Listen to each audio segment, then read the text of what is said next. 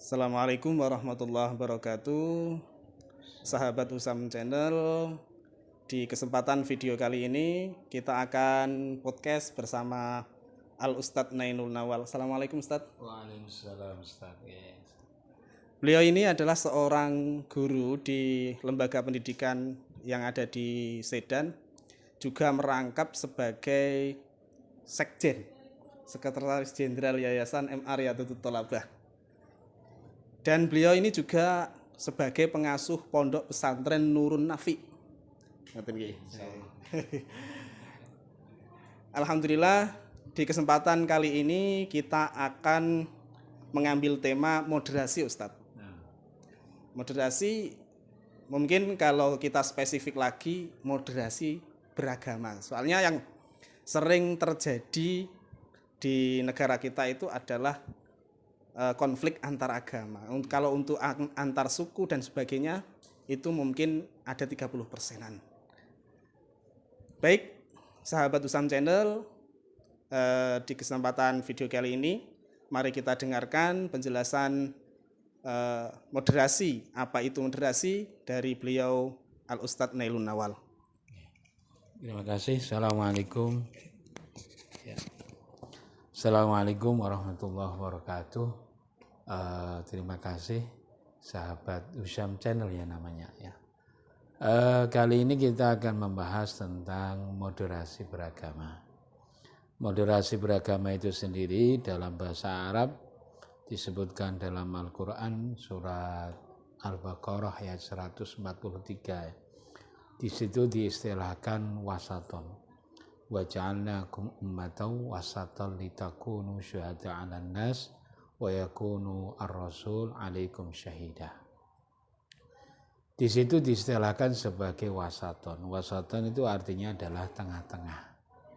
Jadi kalau tengah-tengah ini berarti ya tidak kanan, ekstrem kanan, tidak ekstrem kiri.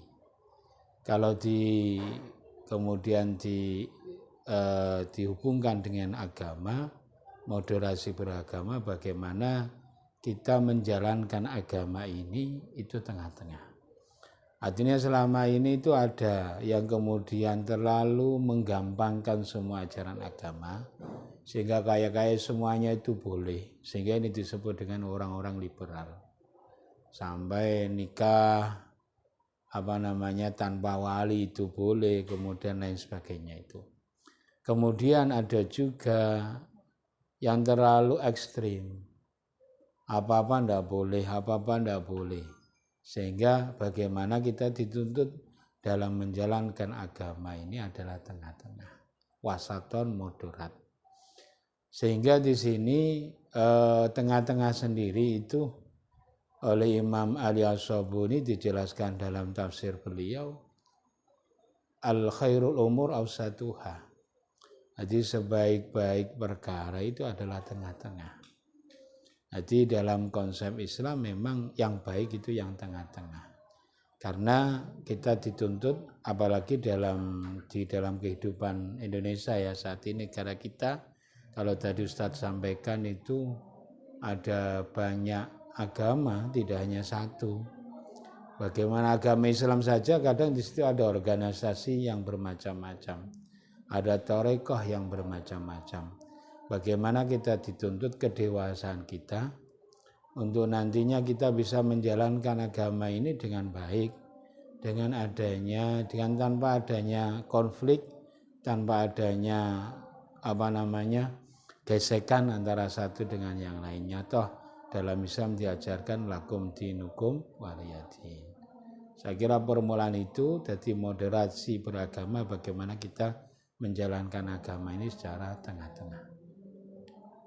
Oke Ustaz, terkait dengan moderasi, apa yang harus kita lakukan untuk mendidik masyarakat sekitar untuk mereka itu paham terkait dengan moderasi dan melakukan moderasi itu? Saya kira perlu kita penekanan bagaimana sejarah Rasulullah ketika kemudian di situ ada namanya Piagam Jakarta. Bagaimana pada masa Rasulullah itu tetap juga melindungi orang-orang yang beda dengan beliau, meskipun itu kafir dan lain sebagainya. bagaimana masyarakat kita tampilkan. Di sisi-sisi bahwa Islam itu agama yang toleran, agama yang memberi toleransi kepada yang lainnya. Di sesama, apalagi hanya sesama yang beda madhab, beda aliran, yang beda agama pun kita hormati, lakum dinukum waliyadin. Jadi bagaimana memang betul-betul kita sebarkan ke masyarakat. Islam itu agama yang bisa menerima perbedaan. Dikatakan ikhtilafu ummati rahmatun. Dalam Islam dikatakan perbedaan di antara ulama-ulama itu adalah merupakan suatu rahmat. Bukan untuk saling bergesekan, bukan untuk saling kontroversi. Memang kodrat manusia itu berbeda. Allah Ta'ala menjadikan laki-laki, perempuan, kemudian ada banyak suku, itu semuanya adalah untuk lita'arofu, saling mengenal satu dengan yang lainnya. Sehingga gini artinya kita itu dituntut untuk bagaimana kita mencerdaskan masyarakat ya. Kalau orang itu sudah punya keilmuan yang lebih, punya kecerdasan dan lain sebagainya, insya Allah perkara-perkara itu akan bisa dicerna. Orang itu tidak mudah untuk emosi, orang itu tidak mudah untuk digesek, untuk dijadikan ini menjadi bahan konflik. Intinya seperti itu. Bagaimana kita memberi pengetahuan pada masyarakat. Untuk isu yang sering kita hadapi di masyarakat itu Ustaz, terkait dengan perintah jihad dalam Al-Quran. Bagaimana ketika memberi edukasi kepada mereka terkait makna jihad itu yang sebenarnya seperti apa? Akhirnya kan mereka mengambil dalil bahwasanya ini jihad harus melawan orang yang tidak sesuai dengan kita. Contohnya orang kafir atau orang non-muslim. Jihad itu artinya berusaha. Jihad itu artinya berjuang, kan seperti itu. Ketika Rasulullah dalam sepulang beliau dari peristiwa perang Badar, tidak salah ya, beliau mengatakan kita itu pulang dari jihad asghar menuju jihad akbar. Artinya jihad akbar kita sudah melawan perang Badar yang begitu hebatnya, karena Islam perjuangan yang luar biasa. Akhirnya orang Islam bisa menang tentu saja dengan pertolongan Allah Subhanahu wa taala. Tapi di situ ada penekanan yang didahulukan oleh Rasulullah bahwasanya ada jihad yang lebih besar daripada itu, yaitu jihad melawan hawa nafsu. Kita juga harus berpikir antara jihad sekarang dengan dulu itu beda. Kalau jihad yang sekarang, bagaimana kita lebih condong, bagaimana kita itu menjadi orang-orang yang berprestasi, menampakkan Islam itu adalah rahmatan lil alamin, menampakkan Islam itu agama yang toleran, menampakkan Islam itu menerima kemajuan. Sehingga dengan seperti itu orang-orang kafir akan bisa melihat bahwasanya itulah Islam, inilah Islam. Islam yang bisa menerima kemajuan, Islam yang orang-orangnya itu bisa berprestasi, punya prestasi dan lain sebagainya.